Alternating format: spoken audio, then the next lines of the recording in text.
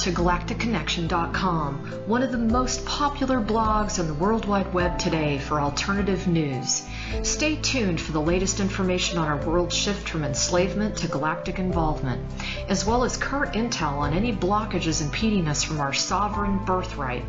Knowledge and self-mastery are key at this time. Our commitment is to present you with the latest breaking conspiratorial articles, off-world messages, exopolitics, cutting-edge technologies and sciences, and also an ever-significant intertwining of spiritual support and metaphysical scope that one needs to dive down the rabbit hole in search for truth with balance. We are truly on the horizon of a new golden age filled with the promise for more love, worldwide peace, and accelerated intuitive skills, where every living being can exist in cohesion and abundance. It is whatever we envision and dream this new world to be. I say to you now, let's redefine the new world to the beginnings of our own precious heaven on earth. Galactic Connection is here to provide the pulse of Mother Earth through an eclectic range of interviews each Tuesday afternoon from 3 to 4:55 p.m. Pacific Standard Time, Station 2 on BBS Radio, expanding your perspectives on how we can once and for all take back our freedoms, our joy, and our connection with our mighty I Am presence. Our intention remains true to connect hearts and minds everywhere in order to obtain global unity and galactic and universal acceptance. Our discussions will continue to cover anything to do with galactic society and our involvement with our galactic brothers and sisters. Our guests are experts in their fields, and our radio shows have been coined as some of the most thought-provoking out there. In addition to our daily blog, which runs 365 days a year, we also offer a realm of healing services such as our world-renowned implant removal processes, our spiritual past life clearings, our galactic violet ray alchemy from Alexandra, who shares in the lineage of Merlin, and other cutting-edge healing technologies. Check our site out at galacticconnection.com now, sending you a wave of light, love, and inspiration, and a personal hug and thank you for listening to our Galactic Connection radio show and visiting our blog today.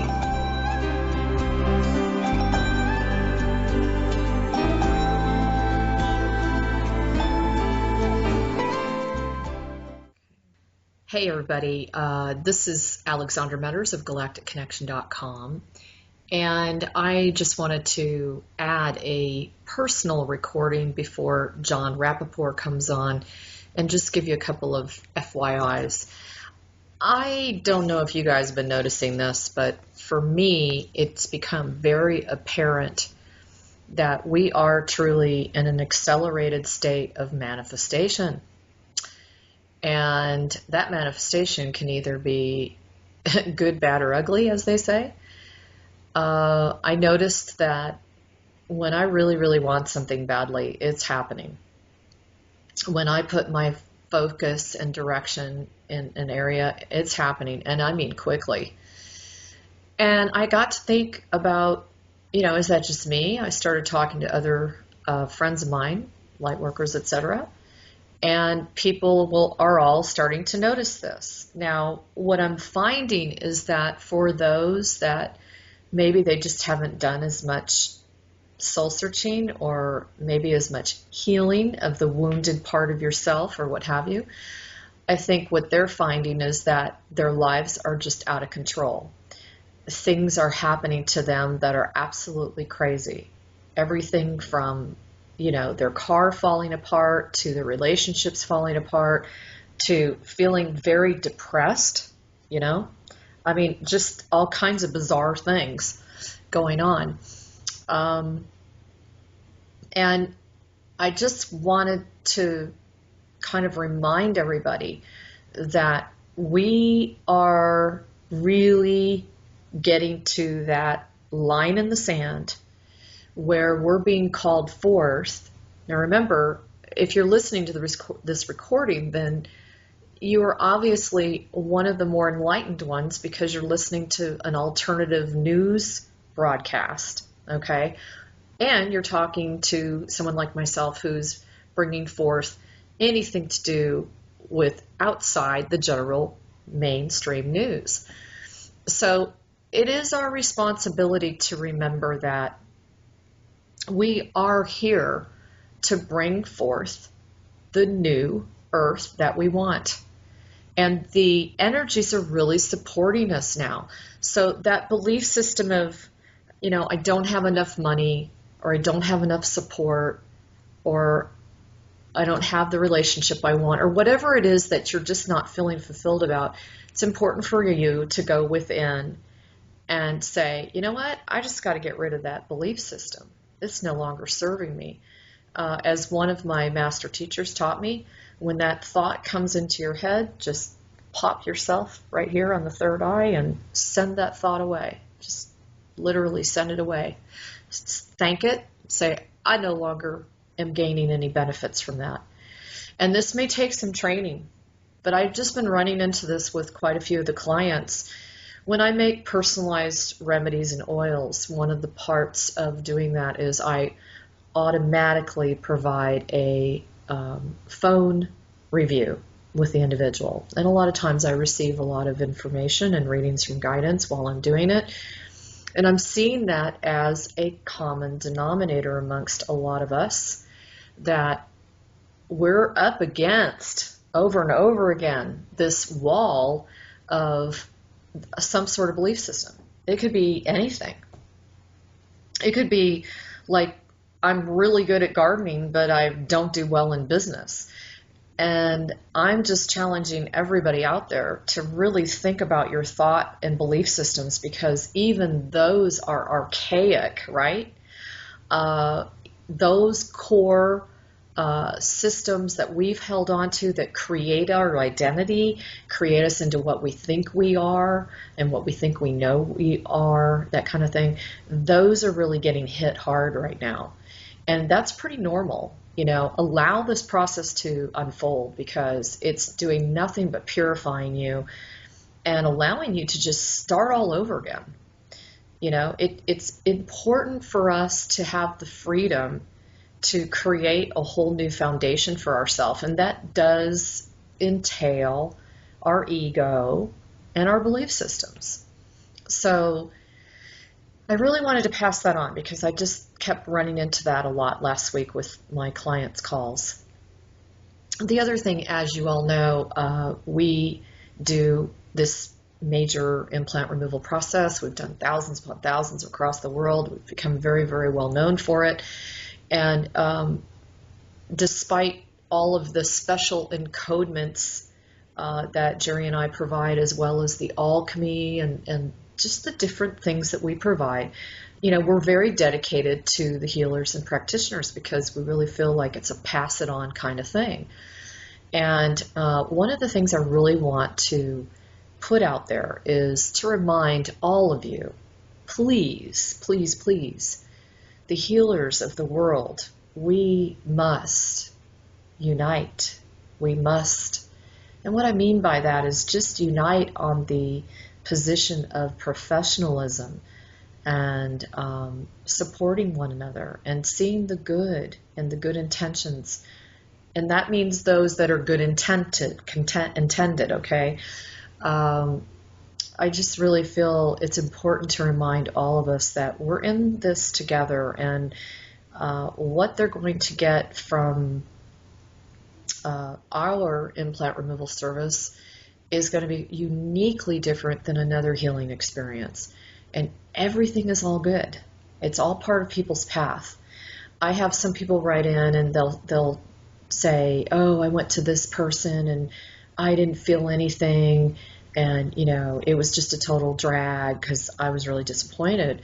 And I have written back and reminded them that, well, number one, did you have an expectation? Number two, that doesn't mean that nothing happened. Number three, maybe there's too many layers for you to be able to see, feel, or sense that something happened. Number four, there could have been a blockage. And regarding the implant removal itself, what I'm finding, I feel like I should write an ebook about implants, because, we've just come across so many amazing stories. But one thing I want to remind everybody is, as the light continues to penetrate and access us more and more and more, what I'm finding is I don't care what healer we're talking about, healer, shaman, whoever, okay? There is a level at which we can see and sense implants at a specific depth within the field of the body. Our bodies are so massive, our grids are so huge that, in my opinion, it is virtually impossible for us to be able to see. When I say us, I mean anybody on this planet, okay, especially in the 3D. It's virtually impossible for us to see every single solitary thing that your grid is carrying. And one thing that's become very, very obvious to me lately is the layering of the implanting. And they're so brilliant, those that were the powers that were, that they thought about that ahead of time too. So don't be surprised if you got rid of a whole round of implants and they definitely are serving you that they're gone. But you might have some other bizarre kind of different kind of implant pop up. And this happened to me just recently. And I removed it. So I just wanted to put that out there. And I always get a lot of really interesting emails from a lot of you healers out there because you guys really give me a lot of food for thought. And so curious to see what you're finding, because I'm noticing just, we're peeling away layers upon layers. We're talking ancient layers of stuff that we're dumping and getting rid of. The other thing I wanted to remind everybody with is, when you're dealing in this type of world with implants and fragmentations and that sort of thing, you are just going to be receiving attention from those that don't want you messing with their enterprise. And we have a lot of interference. Galactic Connection definitely experience this on a regular basis, no matter how much protection work we do. And I just had to I have to share the story with you. I think it's kind of funny. I had a woman call me, and she only lives on the East Coast. So when we send out the package, it should be there in no later than 3 days, okay? And she was talking to me about how badly she really wanted this done, and she couldn't wait for it to happen. And the implants started acting up, of course, because they started feeling her intentions. And she said that she contacted me once the PayPal label was printed out because it showed her old address, and she couldn't figure out how that happened, because when we generate a shipping label, it comes right off the PayPal account information that you have put into PayPal. And she said she placed 2 orders that day, one with us and one with someone else. The order with someone else came to the correct location, okay? The order with us on that same day was shipped to the old location. I just want to show you how cunning the interference is. Not only that, but instead of taking 3 days, her package ended up hopping up to New Jersey, Philadelphia, and another state before it actually landed to her location in the South. So it took 3 weeks to get there. And I just want to put a reminder out that we are in a lot better position now to command that this interference stop. So it's really important on the other person's end, if you're purchasing things like this from me or from anyone else, that you command that interference be removed and that the package or service be delivered to you expeditiously and without any kind of interference. So there's just another FYI.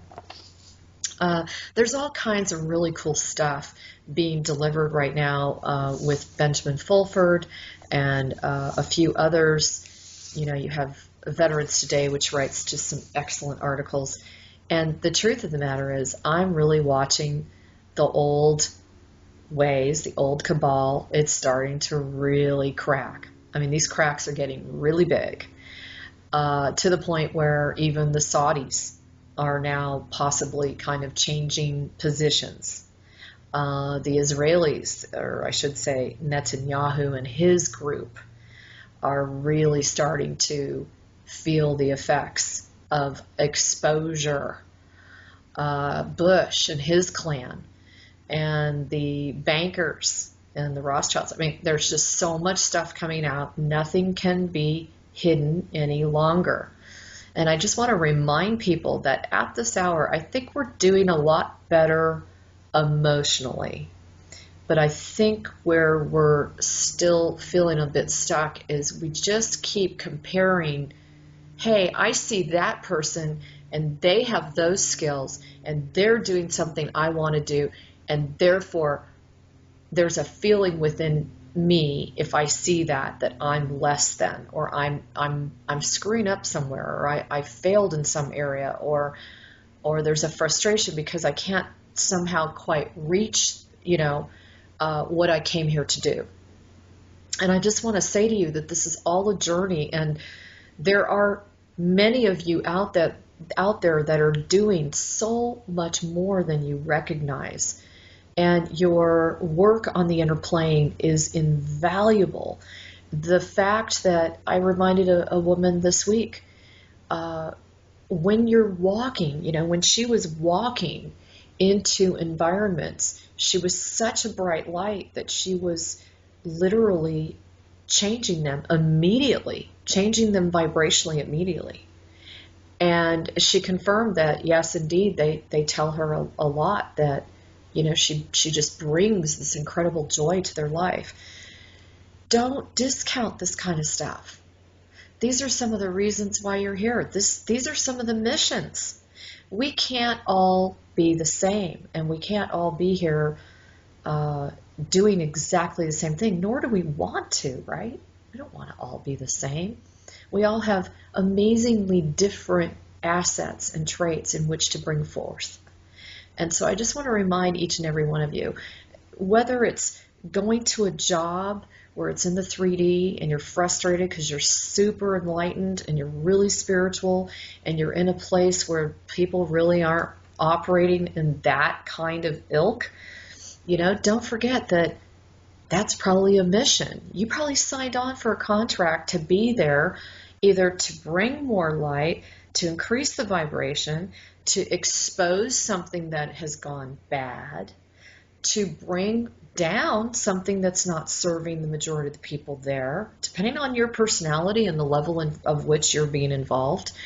These are all very key ingredients, and you may be going through this and you want to write about it, or talk about it, or draw it, or paint it, or sculpt it. There's a myriad of ways to bring forth more truth and light. So I just want to share that because I get upset that so many of you have spoken to me and you just don't see the magnificence in yourself. And how are we going to step into being the masters, the walking masters on the planet, if we don't get there? We got to get there. The other thing is, I just want to remind everyone that we are in a magical time. And one of the things that I had an aha moment about was, I think everyone's aware that I was contacted out of the clear blue to go and do a ceremony in Laguna Beach, California.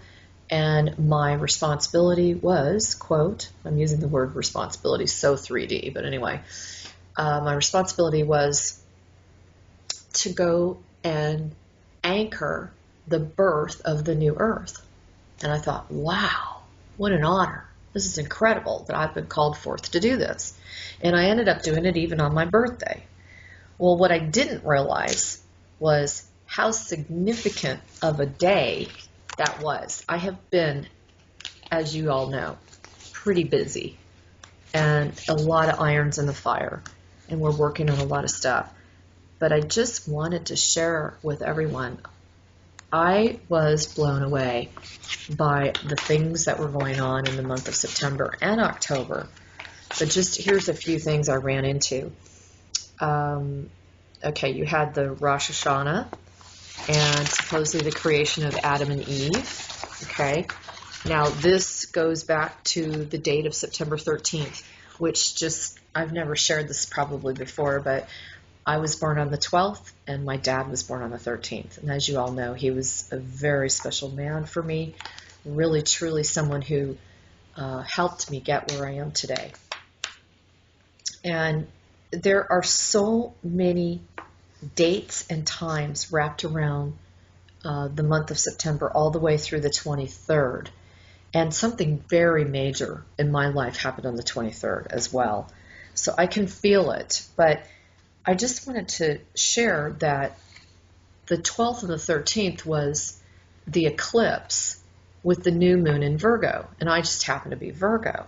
Isn't that interesting? Of course, you know what the Virgo represents, you know, all that good stuff. And I just thought the solar eclipse and the new moon in Virgo is actually opening up portals of potentiality for all of us. This is a very amazing manifesting time for us. What I just realized was that birthing was the ability for us to truly let go of the old, the karma, the karmic patterns that keep us holding on to things we don't like about ourselves, things we feel we haven't done enough of. I mean, come on, every one of us has something like that, you know. We're either not pretty enough or thin enough or smart enough or successful enough or make enough money or whatever, right? I mean, the list goes on.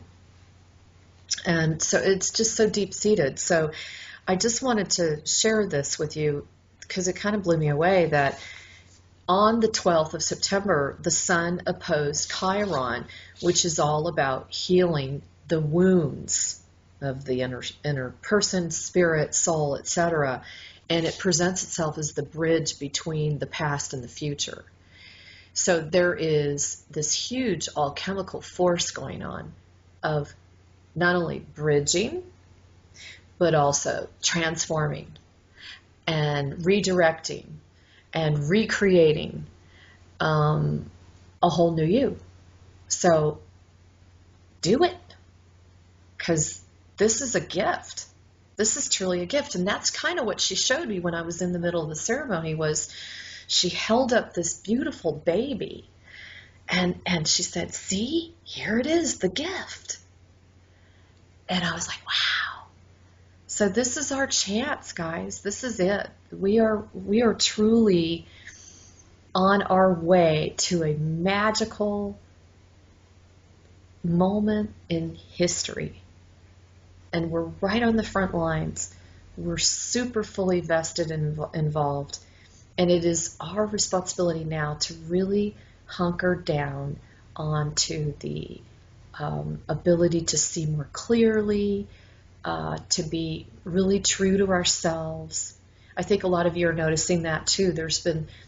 I've talked to many of us where we're all feeling like we're being more honest about our feelings with people. Like we can't stuff it anymore. We can't just do the polite etiquette thing anymore. But reviewing and relaying that information with kindness and gentility. I think that's what we're learning right now. And it's a really cool shift for humanity, but especially for us who are on the front lines, so to speak.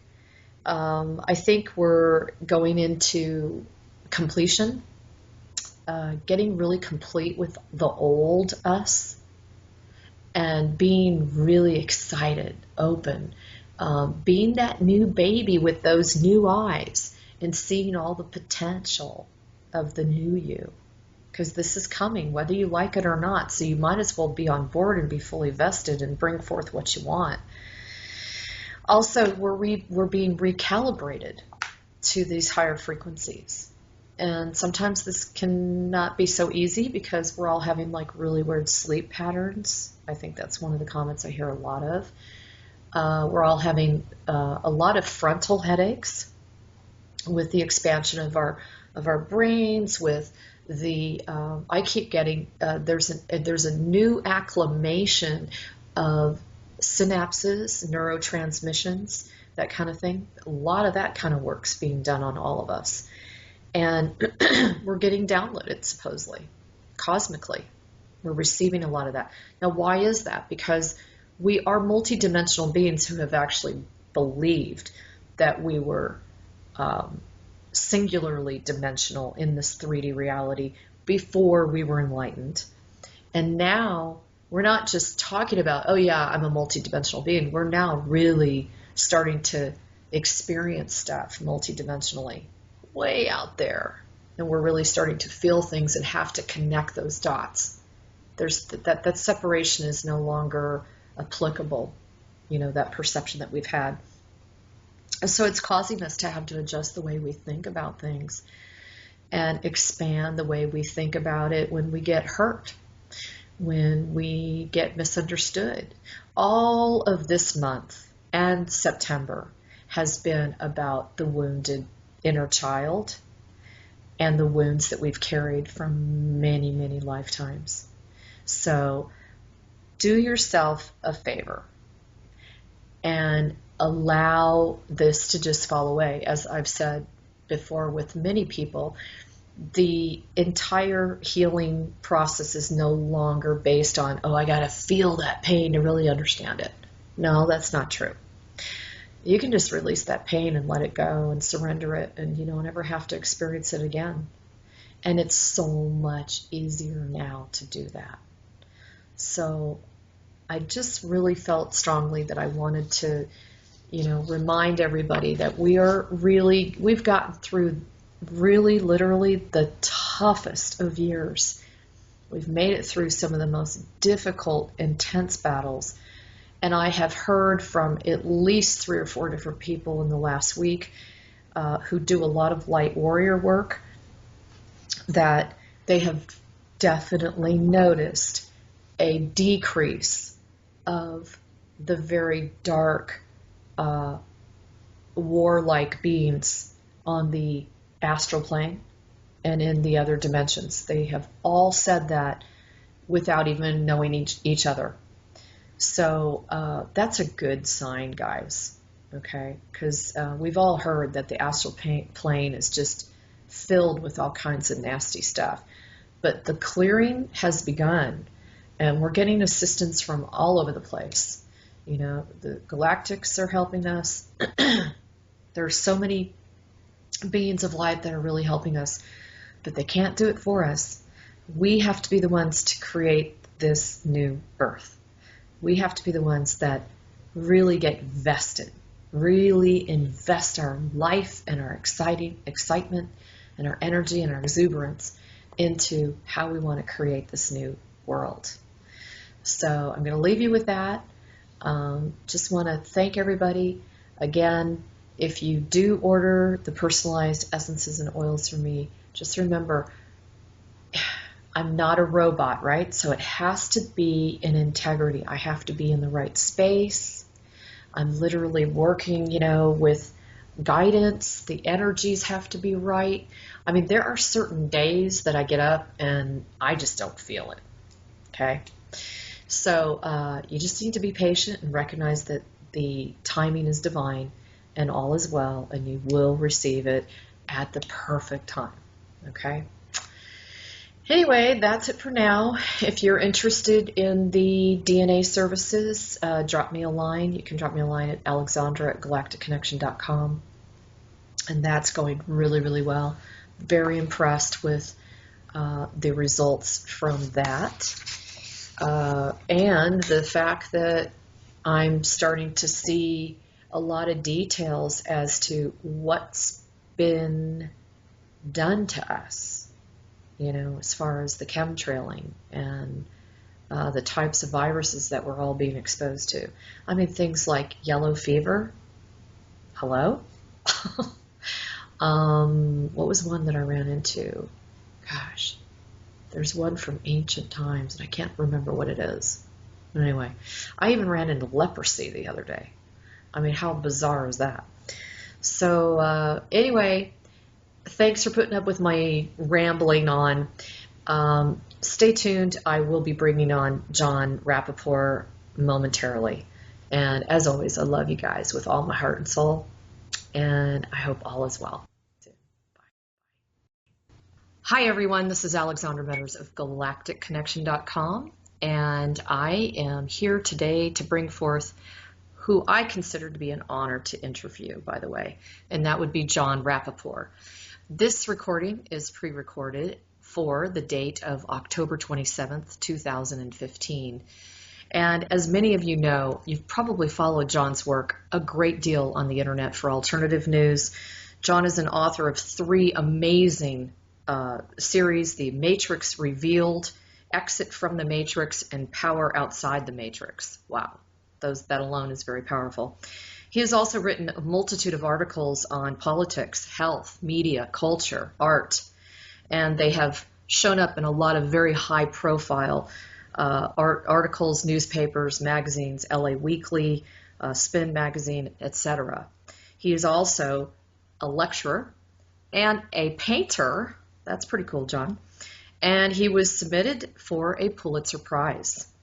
In 1996, he started the Great Boycott, which was against 8 corporate chemical giants. Now, this really got my attention: Monsanto, Dow, DuPont, Bayer, Horst, Rhone, I don't know how to say this, Poulenc,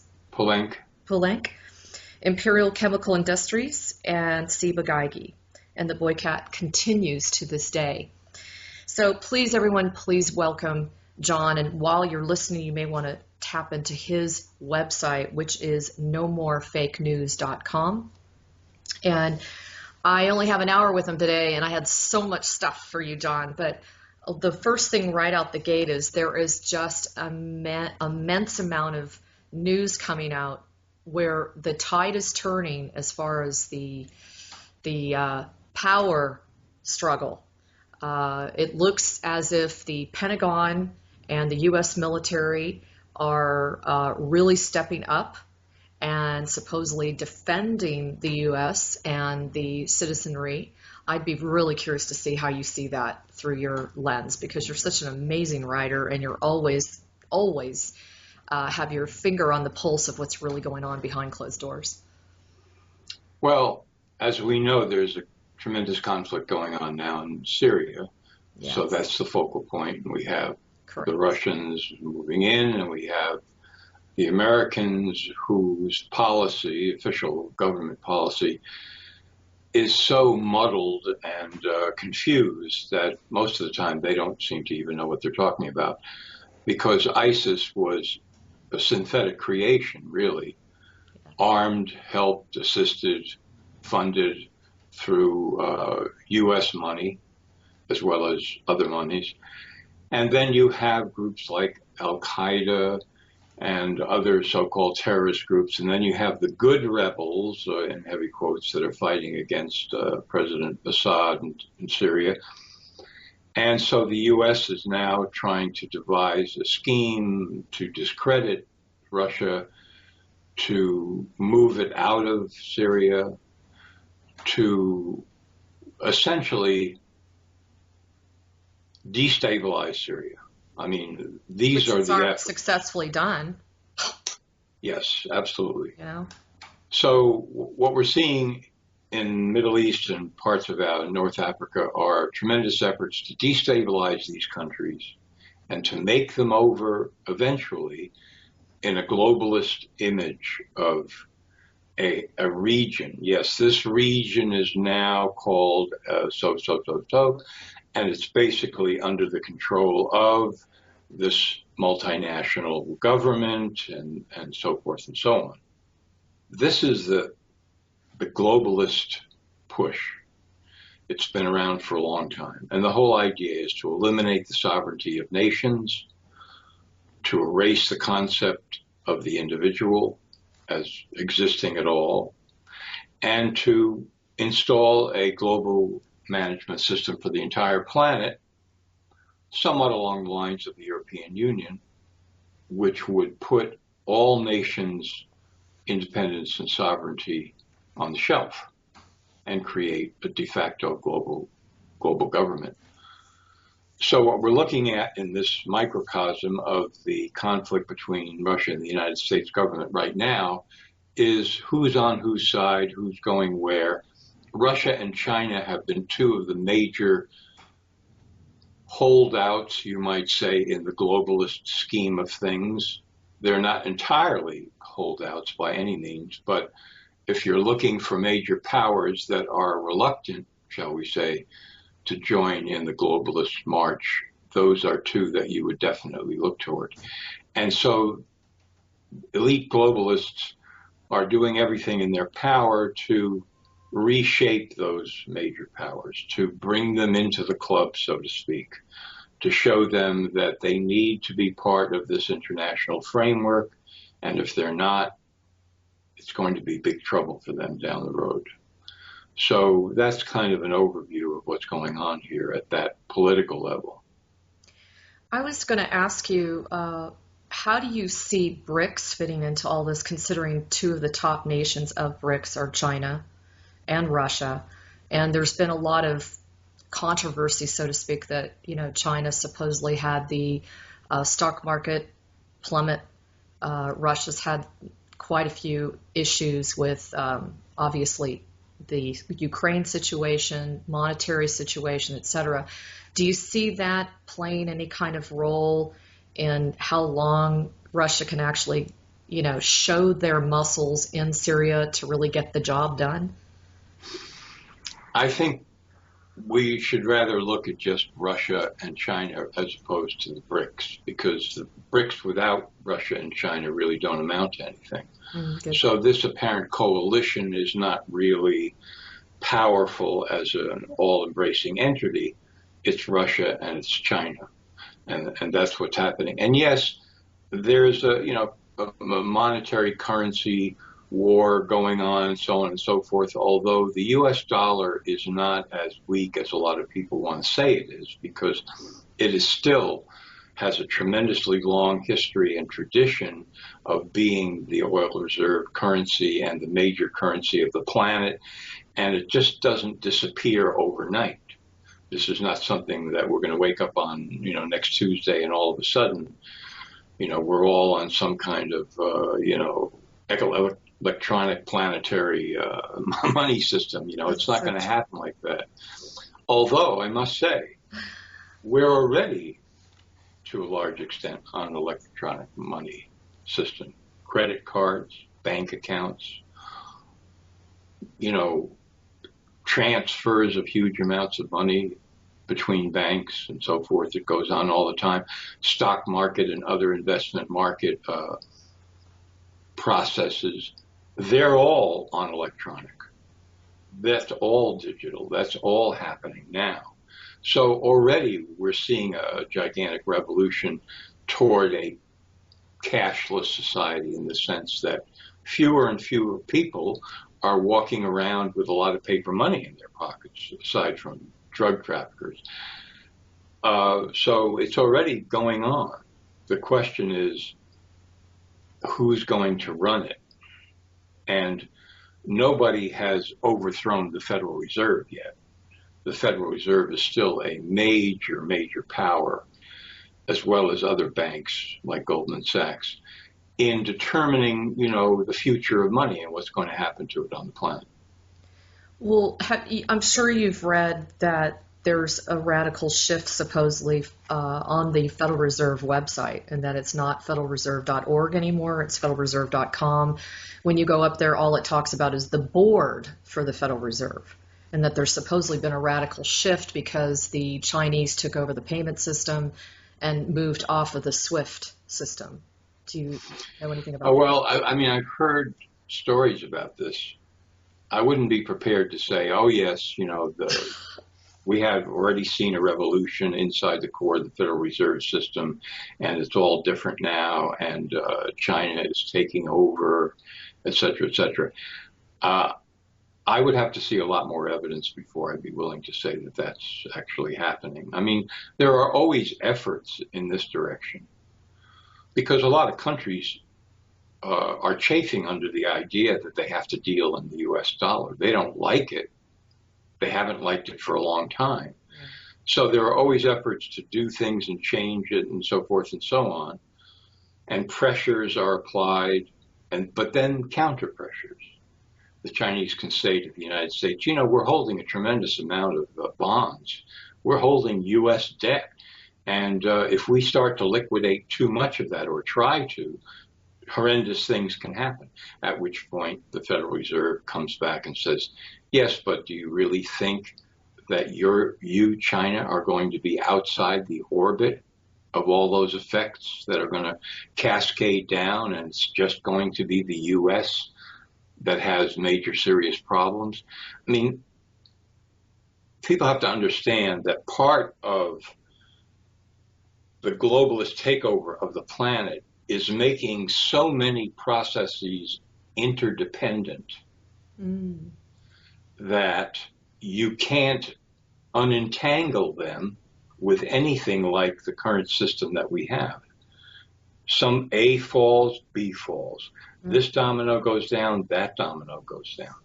And that's intentional to maintain this very artificial synthetic reality that's been created in order to stop just the kind of thing that we're talking about, where suddenly one nation gets up on its hind legs and says, we're going to wipe out everything about this system and install a new system right now. Well, wait a minute now, you're connected too. You're not standing on Mars looking down on Earth and saying, we're out of the game and we can change the game. You're involved with trade, with money, with medical, energy. You know, you have to exist too, and you can't just pull out. And you understand that. Everybody understands that. But they still jockey around. And yes, China and Russia, if you had to name two powers that are, let's say, less embroiled than everybody else, yeah, you would name them. But they're still hooked in. This is a diabolical system that's been put together, you know, escalating since the end of World War II. Yeah. At the end of World War II, the thesis was, okay, we're going to have a new planet now.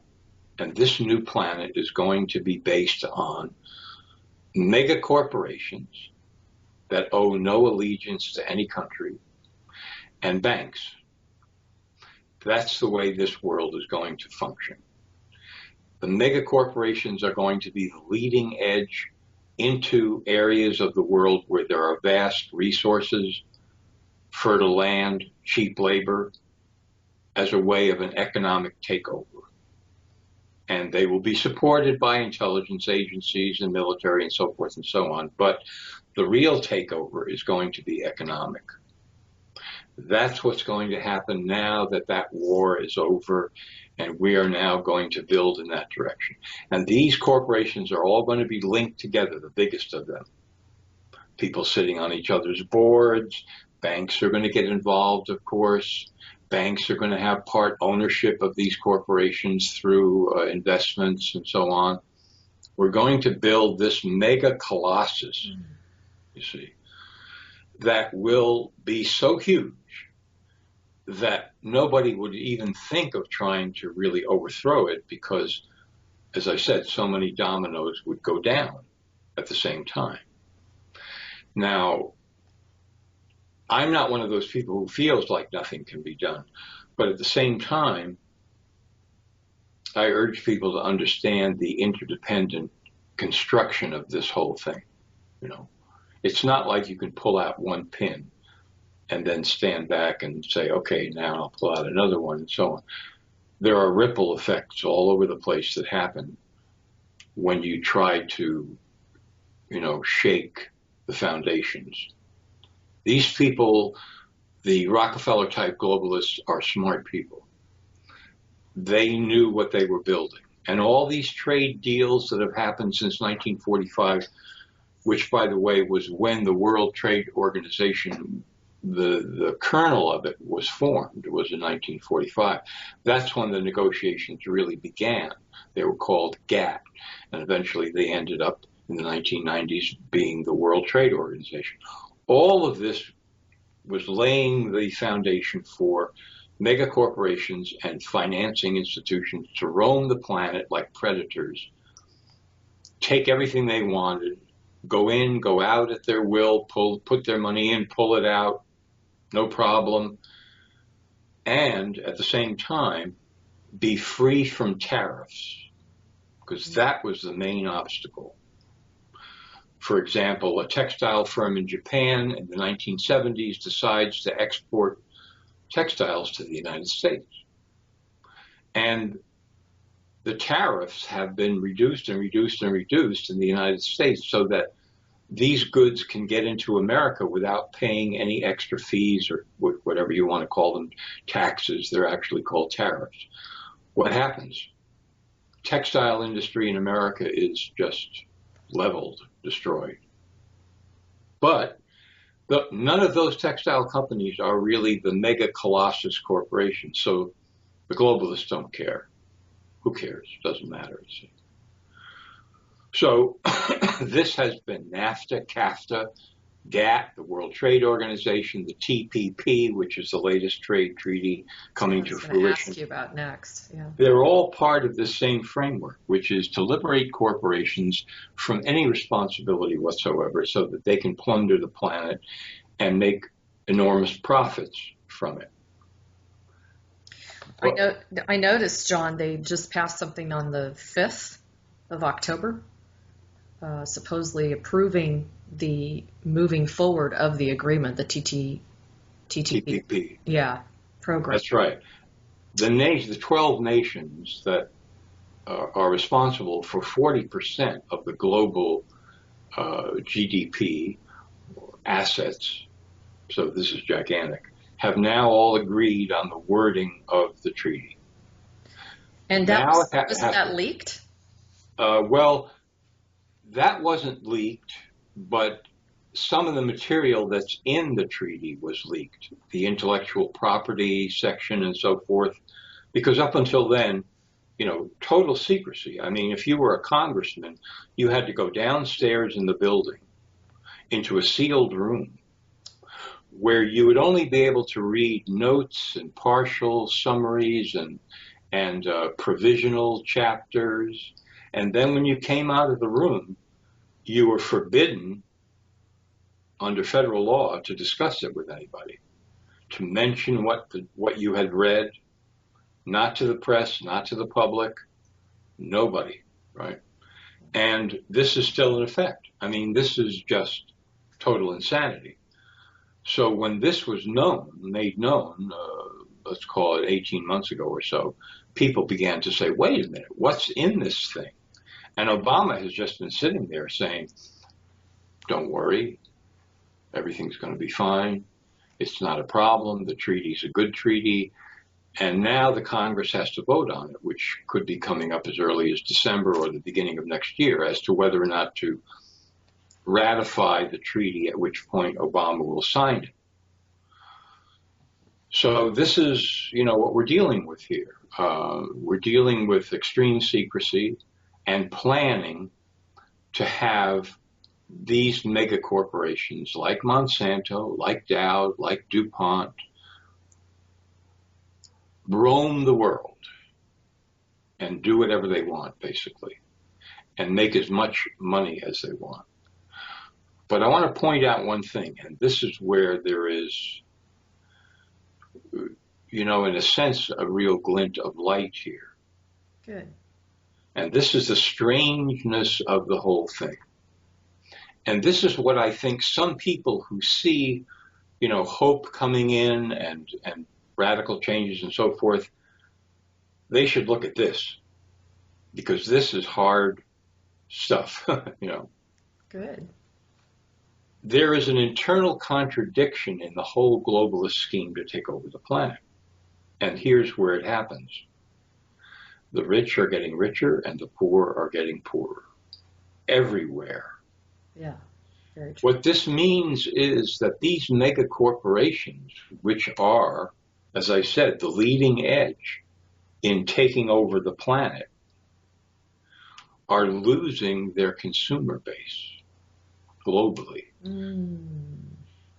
there are perhaps only 1.6 billion people out of 7 or 8 billion on the planet who can participate in the marketplace, buy, sell, with any kind of real money. Therefore, this whole thing is heading toward a collision of opposites.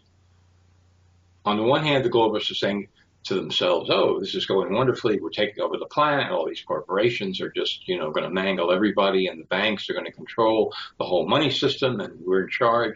Wait a minute. These corporations exist to sell products and make profit.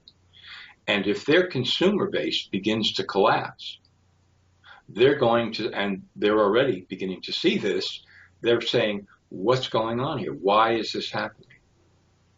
Well, what's the answer to that? Like, look at America, for example. America has exported millions of jobs out of the country so that these corporations could set themselves up with factories in distant lands where you've got slave labor and no environmental regulations, and you can produce goods for pennies on the dollar that it would cost you in the United States. What's that done to America?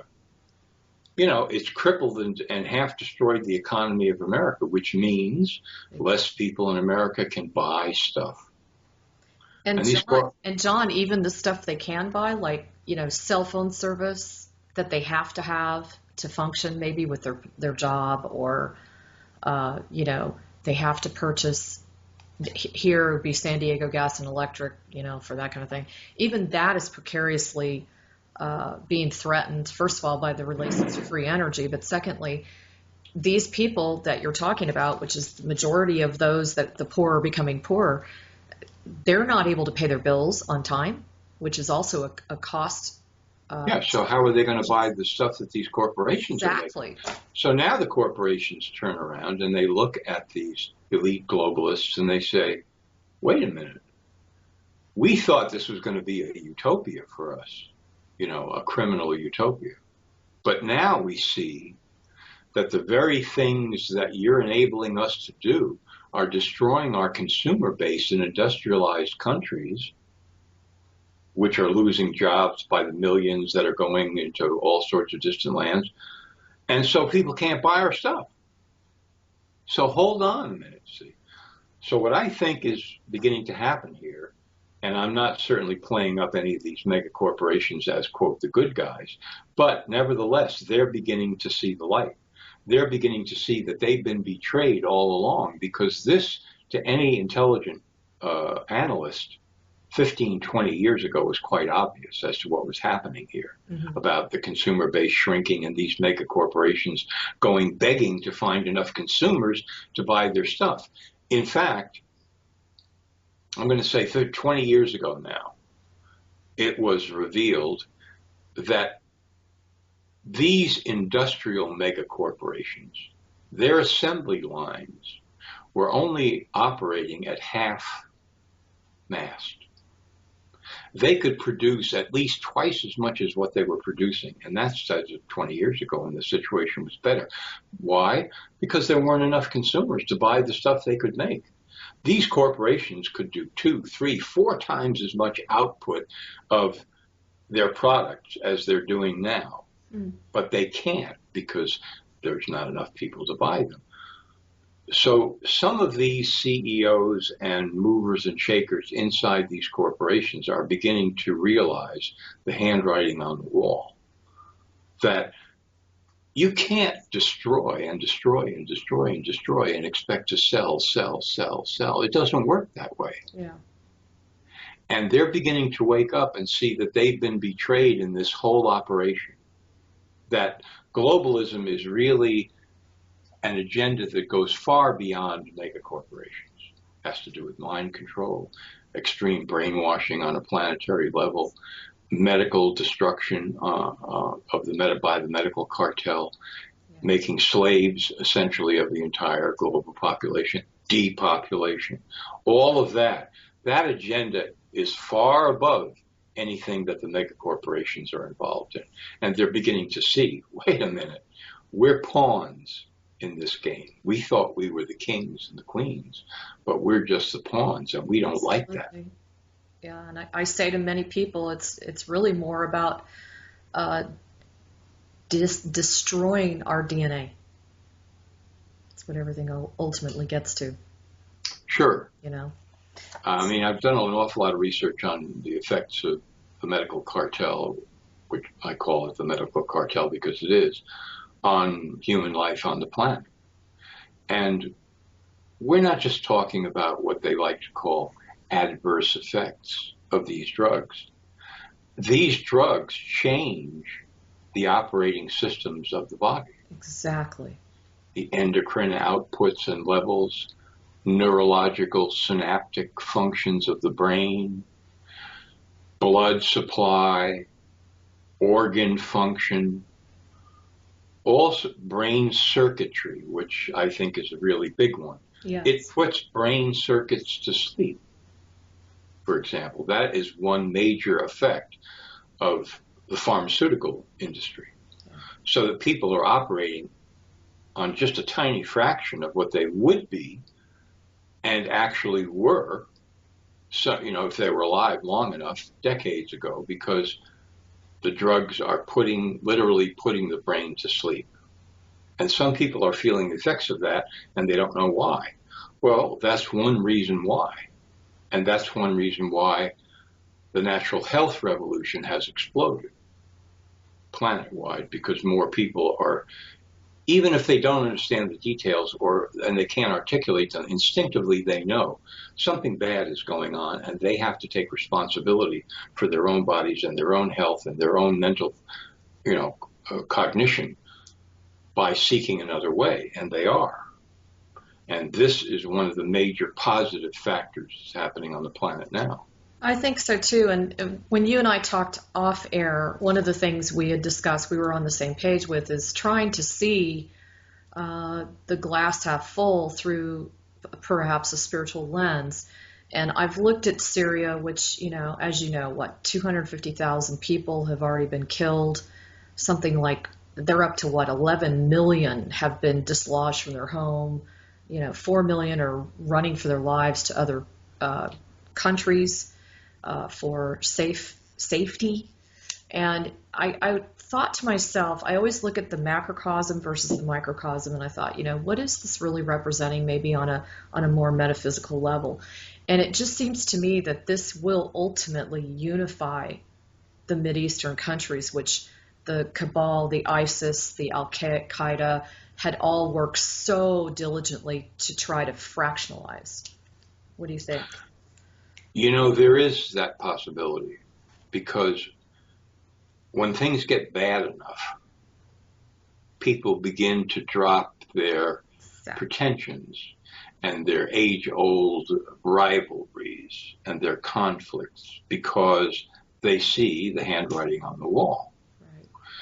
Okay, we've been fighting for 6 centuries or 15 centuries, but now we're both, deers in the headlights here. Mm-hmm.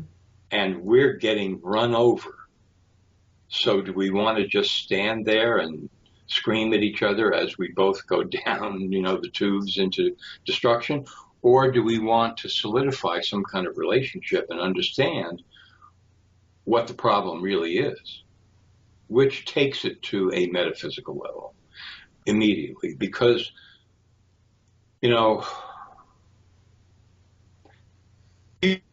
and with somebody across the table and begin to talk to them as a political leader, and you drop your mask and you're no longer talking out of a machine essence of mind, but out of actual life force, mm-hmm. That's now a spiritual event. All bets are off. That's not a negotiation in the traditional sense anymore. And whatever could drive people to be in that situation, as I just described, could only result in something good and beneficial for everybody. Because at that point, I'm here and you're there, and we're looking at each other. And we no longer have this, what I would what is really a kind of thought form, energy construct that is driving both of us to hate each other. We're not dealing the deck from that any longer. Those cards are not coming from that place anymore. Because of necessity, we are now looking at each other in a new way. Being to being. That, that could be monumental. Huge. And it's well needed for sure. And I'm wondering too what your opinion is about Putin, because he has really taken such a strong stance, in actually coming out and outing the involvement of the United States and the military with ISIS, etc. And everybody that I know that follows alternative news just kind of says, well, he's a political leader too. How do we trust him, even though it's looking as if that would be a benefit to bring forth the truth for the world? What do you think? Well, they're right to say, why should we trust him? But the thing about Putin is he has an agenda that has to do with Russia and survival. And he knows what that agenda is.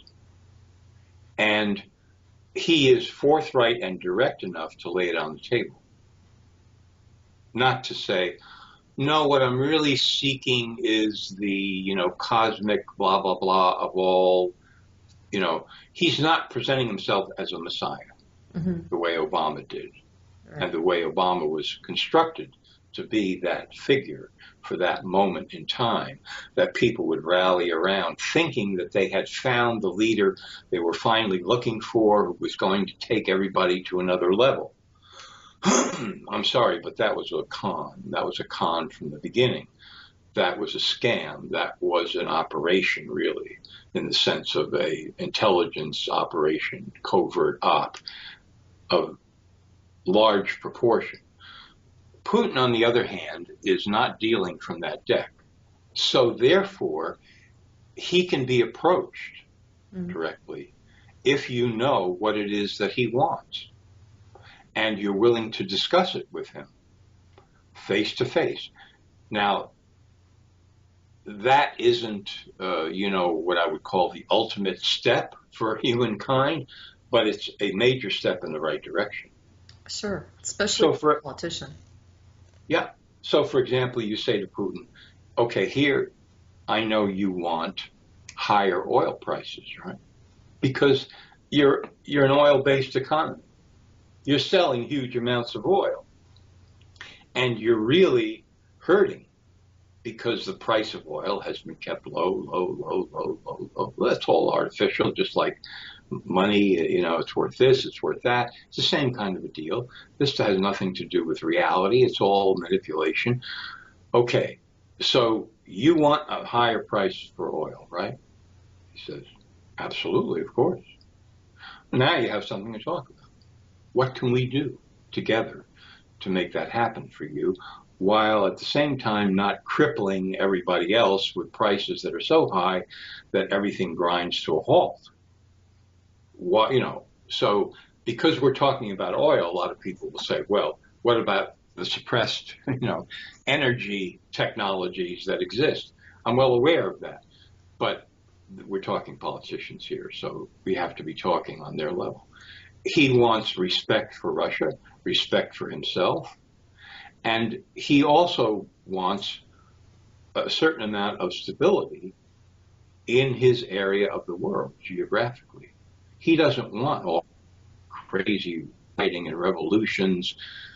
And I'm not talking about real revolutions, but just crazy revolutions that are going to do nothing but sow more chaos in the surrounding republics. He doesn't want that. He doesn't want it in Syria. He doesn't want it in any of those places.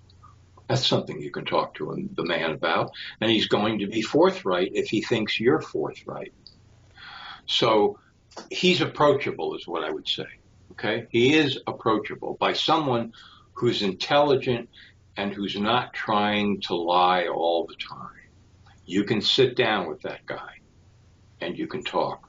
That's interesting. Well, how do you see the head of China in all of that? Same situation or not? Not quite, no. But that doesn't mean that it couldn't happen. Mm-hmm.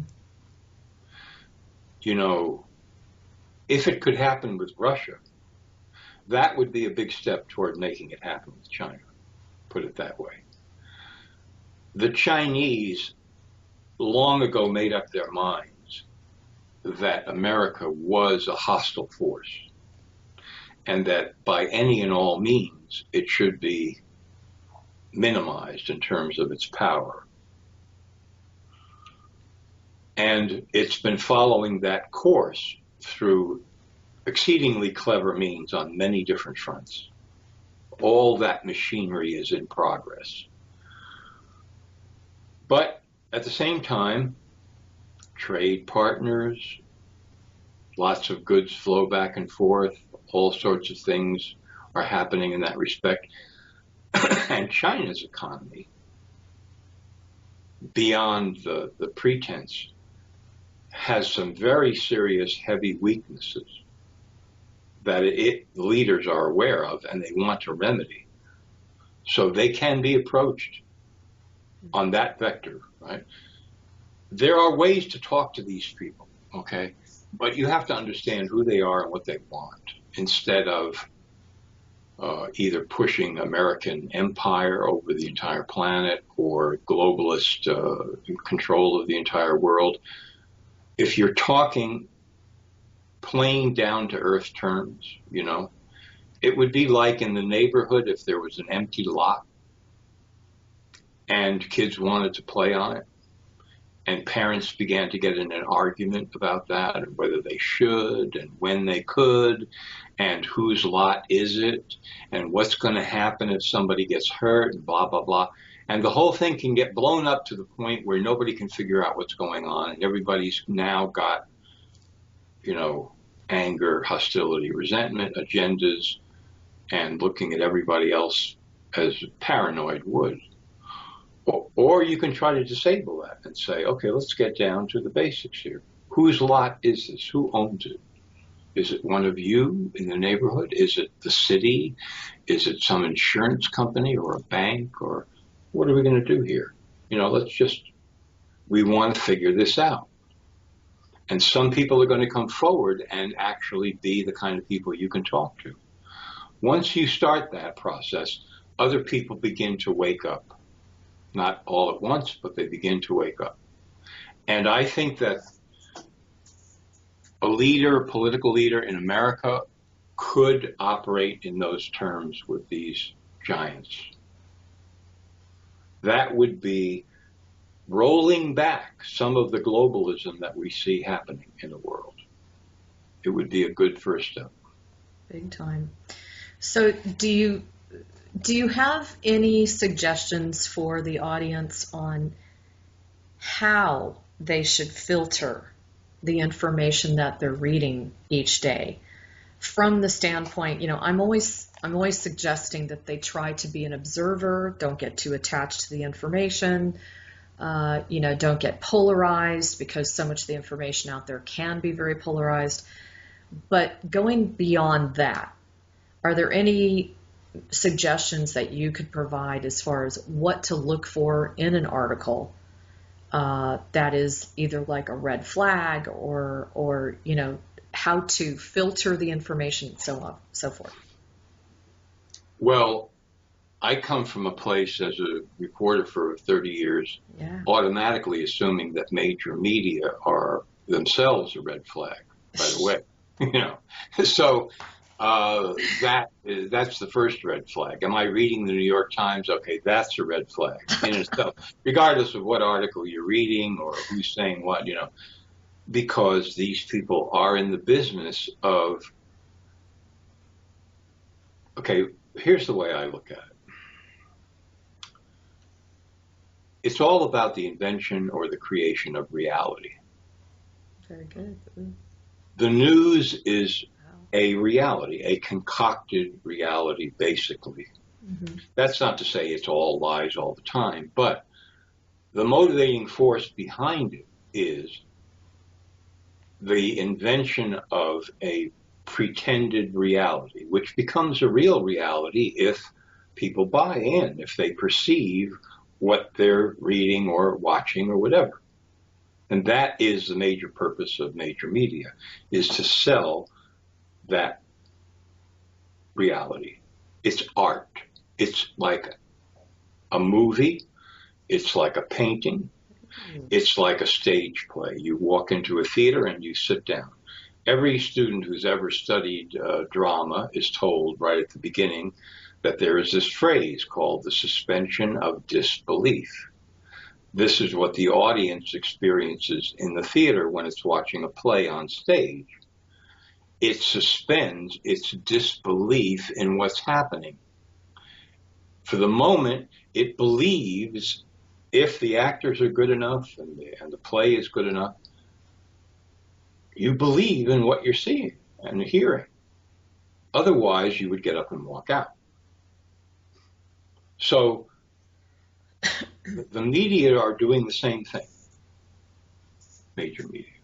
They are creating this reality. It's a stage play, and you are the audience. Now, how do they get you to suspend your disbelief? Or to put it more simply, how do they get you to buy this reality? Well, one of the ways is they introduce you to important people. Here is a general that we spoke with, and he said, the president said, Congressman so-and-so said, professor of neurology and neuropsychiatry at such and so hospital said. So they parade out many, many people who are helping them to create this art form called media reality. Now, it isn't as if everybody's sitting around a table saying, what are we going to lie about today? How are we going to, paint the picture so that people see a perspective when there really isn't any perspective, the way a painter can make you see it. They aren't having discussions about that. They're inside it. They accept it. They, to one degree or another, believe in it. They have been indoctrinated to such a degree, and their lives and careers depend on it to such a degree that they become programmed and they don't even think about it. So, for example, as I've done many times in my work, a new epidemic is announced that is threatening the entire planet. And I know that they're painting false reality because I've been through this with every epidemic since 1987. I know how they do it. I know how they put one brick on top of another. Now they're going to say that, yes. Now they're going to insist on this, yes. Now they're going to warn everybody. Now here comes the vaccine and the drug, and here's the number of deaths that they're lying about. Here's where it started, they claim. I've been through this so many times that it's like, okay, so this is that movie again. This is that play again. It's that calculated, huh? Yeah. But the people who are doing it, you see, and here's where some people find it hard to accept because we're not like those people. Sure. Those people can buy into a calculated reality and then develop amnesia about the fact that they bought it for their own motives, career, prestige, money, fear, all those kinds of obvious reasons. They become the foot soldiers, the pawns, the lieutenants, the selling this reality. And if you approach them and said, just between you and me off the record, do you really believe all this? Absolutely. They are inside themselves, in their psyche, they are fractured. That's what you have to know. You're dealing with a person whose consciousness is fractured, and they're talking to you from one space inside that consciousness. And that's where they live. And the rest of it, is buried as deeply as possible. It's buried. Wow. That's how they can exist that way, right? Now, I've had occasion where that went away. I mean, revealing moments, interviewing people off the record, where they felt so much, pressure, like a steam boiler over the years, that when they looked at me and they knew that I wasn't going to blow the whistle on them, I was just talking to them. I was present in the moment with no particular agenda. Mm-hmm. I wasn't a cop. I wasn't the FBI. I wasn't going to print what they said, and I could listen. They opened up. All of a sudden, they're not talking from just that place in their consciousness anymore. They're showing the other places. They want to show other places. They're dying because they can't, because they have divided themselves into these fragments. And then they say the truth. Well, we never really found the virus. Oh, really? Yeah, we said we discovered the virus was the cause of the disease, but really, we were never sure about that. I mean, and then they would say, viruses are not, it's not like taking a tweezer and dipping it into liquid and coming up with this is very complicated. We're talking about tiny things here. And all the procedures and processes that we've developed that we say are scientific in order to isolate a virus and say it's this virus, it's shaky stuff. It's not solid. We're not on solid ground here. Then they begin to open up, and then the river starts to flow, and they begin to say everything that they really know that they've kept hidden, right? And that's been very instructive for me, because it showed me that essentially all these foot soldiers and lieutenants who are helping to build the media reality are that way. They have this role, you could say, in the stage play. They know what their role is. They've been cast in it. They've accepted it. It gives them benefits, and they've blocked everything else out. But once in a while, they show it to you. They let you know what's really happening. What a gift, Sean, and especially for you to be able to have access to that type of information all the way back from 1987. That's when it really started. And that's when the harmonic convergence went down, right? I was aware at that time that there were certain currents, let's say, flowing, that were beginning to provide an opportunity for people to open up if they wanted to. And the reason I think that so many of these predictions about what I fundamentally think of as energy, one way or another, when people say this is coming, that's going to happen, they're talking about something that's happening with energy and the changes that are taking place in energy, such as, you had a huge curtain of energy that is now parting, Exactly. And here we are, right? Exactly. The reason that so many of these people who either predict this or see it get discouraged is because the opening takes a great deal of time. The time factor is the confusion there. Mm-hmm. Because you could open up the entirety of cosmic reality tomorrow in Encinitas, California, and put it out there on the street for anybody to see the totality of, and all but a few people would never even notice it and just simply walk away from it or through it or inside it. And you just wouldn't see it. So the opening was there, but that's the opportunity. It takes time. And if you don't see that, you can become depressed, discouraged, confused, and all of that. And I saw that in 1987 when I started talking to people. Okay, he's opening up now. I'm just going to shut up and let him keep going here. And bit by bit, person by person that I interviewed, and because this was a medical book that I was writing called AIDS Inc., which was about fraudulent, deep fraudulent basic research into viruses. That's what it got into. Wow. Because that was the subject, it took time. Mm-hmm.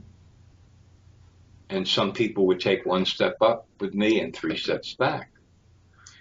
You know, they wanted to open up, but, you know, on the ground in this world, things are pretty locked up for a lot of people. And this is a misfortune of the instantaneous gratification society. You got it. You got it. You got it. It's unfortunate because at this time, things are really happening, I feel. I mean, everywhere I look, there are some incredible progressions of truth and light being exposed. I mean, it's like almost on an hourly basis now. But when people are really vested or attached to some particular one item, one event, and that's all they're focusing on, you know, it reminds me of this card where they're so focused on that they can't see all the blessings that are around them. Sure. You know? Right. Absolutely. So, and to put another piece on this, if a person is out of touch with their own imagination, they've dropped it. You know, well, when I was a child, sure, but now I'm, you know, I'm a responsible adult, whatever. Or they just have lost it. You know, like I lost my car keys. They don't know what happened to it. Yeah, I used to imagine things all the time that were more real than real. Or when people don't understand that their own dreams at night when they're asleep also involve imagination. And you wake up in the morning and you say, well, all I can tell you is that dream was more real than me sitting here on the edge of the bed looking at the wall now. Way more real, right? Now, does that have something to do with the person's own creative capacity, imagination? You bet. Yes.